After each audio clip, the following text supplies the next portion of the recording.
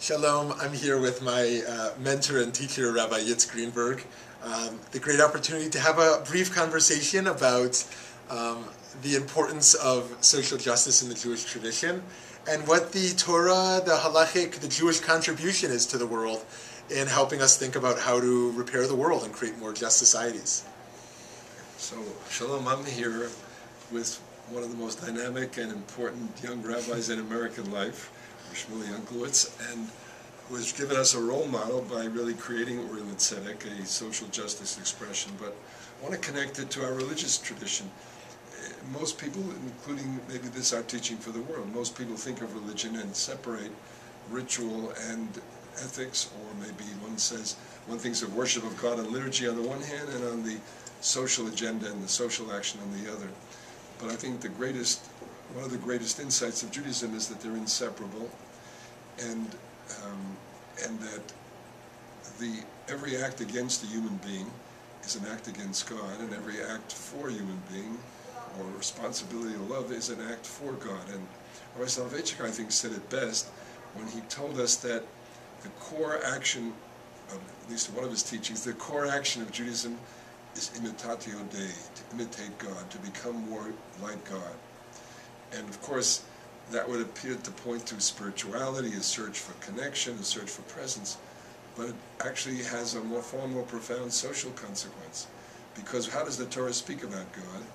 God is Shomer Gerin, the one who looks out for the stranger, the outsider.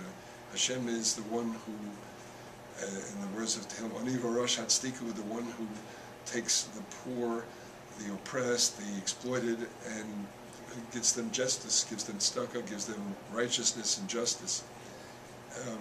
It's one of the great themes of our tradition that, again, to quote Yeshayahu, Hashem says, Marom v'norah, the God who is the almighty, infinite God who transcends the earth and lives everywhere, v'es daka u'shval ruach, but comes close to and is particularly found where there are people who are broken-hearted, who are oppressed, or put down and crushed. So that what Hashem is doing is reaching out.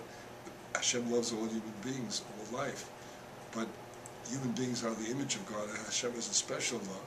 And it's like when you have children, the children who are suffering, the children who are sick, you have an extra feeling of responsibility, you get closer, you try harder.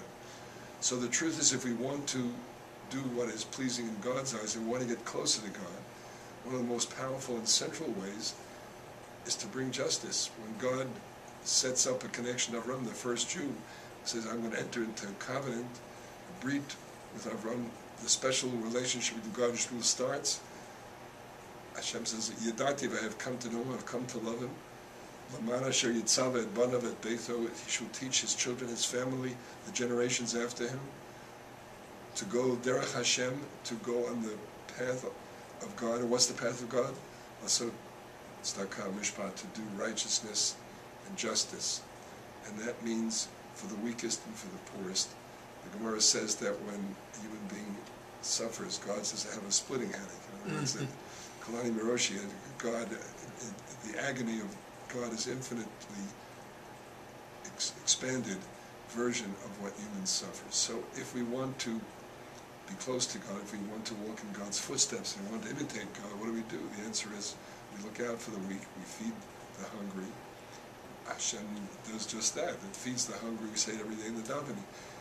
Clothes the naked. Hashem is the one who looks out for those who are needy.